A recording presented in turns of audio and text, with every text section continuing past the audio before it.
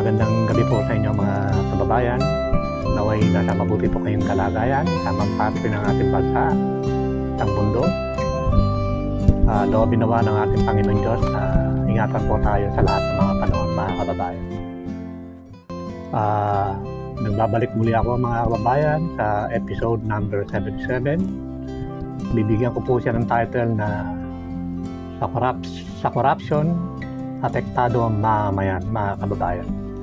So yan po ang pag-uusapan po natin.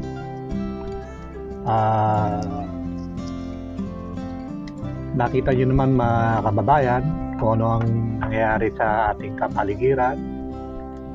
Yung nangyayari po sa Bulacan, yung mga baha, at ngayon po ay yung nangyaring pagbaha po sa lalo na sa Central Visayas o lalo na yung probinsya po ng Visayas ng Cebu. So marami po ang namatay at sa balita ko mas lamang pa po yung mga nawawala kaysa dun sa mga nangamatay. As of ang alam ko nung kaninang hapon o kaninang umaga nasa 114 na po ang namatay at ang mga nawawala po ay mahigit po sa 114. Sana makita po yung mga nawawala na sila po ay mga buhay mga kababayan. So nakakaawa naman. So sabi ko nga sa inyo is malaki po ang epekto ng corruption dito sa atin sa katulad ko mamamayan kasi nga po imbis na wala pong mga nangamatay, wala pong mga nasirang mga bahay, wala pong mga baha. So, anong nangyari po mga kababayan ay imbis na mapunta po sa magandang design po ng mga drainage system o ng mga pananggalang para sa mga baha ay napunta po ang pera o yung budget sa mga ibang tiwali ng ating gobyerno at yung mga kasapakat na mga kontraktor mga kababayan. So medyo masakit po yan at sa atin mga kababayan. Kaya nga hanggang ngayon mga kababayan ay marami pa rin ang mga gustong mag-demonstrate, mag-rally. At nabalitaan ko rin na meron 3 days na magrarally yata ang mga kapatiran nating mga INC mga kababayan. 3 days po yun. So ang panawagan pa rin po dyan ay yung corruption at mapanagot yung mga may sala mga kababayan. Mapapansin ninyo mga kababayan, halos lahat po ng mga nagrarally, ang hinahanap po nila ay mapanagot ang mga nagdakaw sa pera ng kaban ng bansa o ng bayan mga kababayan. Pero hindi po nila nakikita yung pangmatagalang solusyon kung paano po wawakasan itong napakasimpleng problema po ng corruption mga kababayan. So ang nasa isip pa rin po is mapanagot pa ang mga tao. Pero wala pa akong nakikita na mga grupo o kahit yung ating sa ating mga senado, kongreso, wala pa akong makitang yung gagawa po ng pagmatagalang solusyon kung paano po wawakasan ang corruption. Tatandaan nyo po, hindi lamang po yun sa DPWH. Malawak po yan.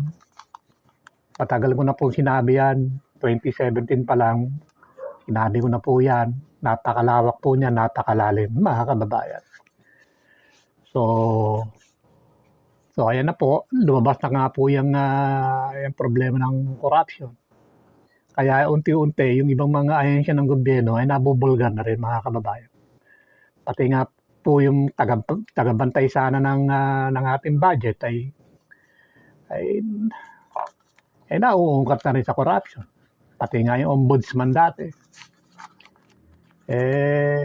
Wala rin nangyari kung paano po wawakasan ang corruption mga kababayan. Kundi Ang ginagawa po nila kung sino yung mga involved o papanagot din sa crime na yan, mga kababayan. Sa ganang aking mga kababayan, malaki po ang epekto nito sa ating mamayan at imbis na ang budget po ay mapunta po sa magandang proyekto, ay napupunta po sa ilang mga tao, mga kababayan.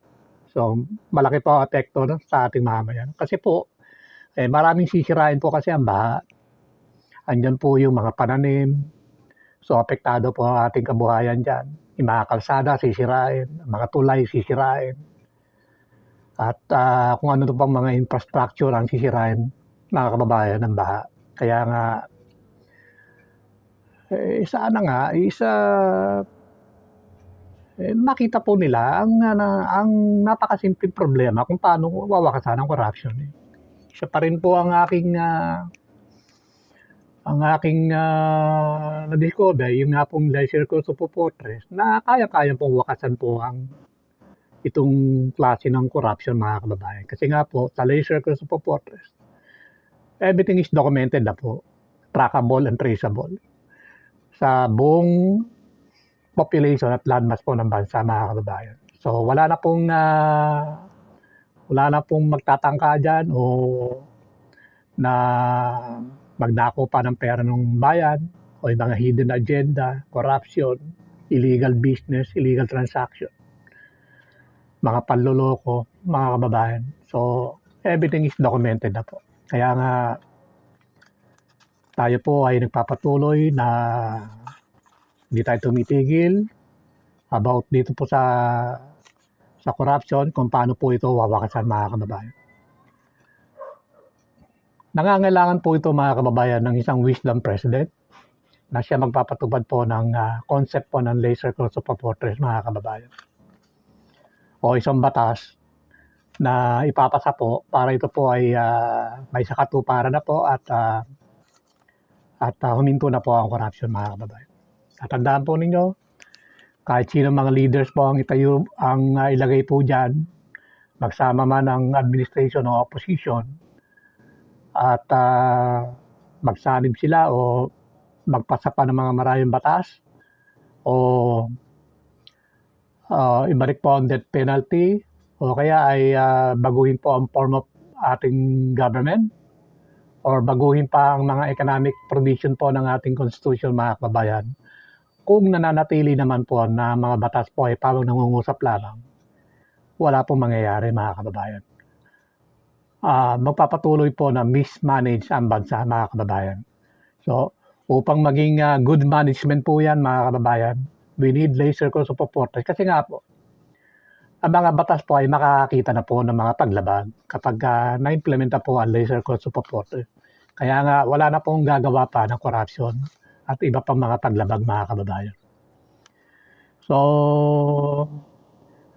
siguro hanggang dito na lamang po, mga kababayan, na medyo maiksi ang aking vlogging ngayon. Total, paulit-ulit ko naman sinasabi itong mga corruption, kung paano ito wawakasan. Ay, sa ganang akin, ay kailangan may patupad po ito sa lalong madaling panahon, yung concept po, upang hindi na po lumawak pa ang corruption, mga kababayan. So hanggang dyan na lamang po at mag-ingat po tayo lahat at ingatan po tayo ng ating Panginoon Diyos sa lahat po ng mga panahon, mga kababayan. Magandang gabi po, mga kababayan. Salamat po.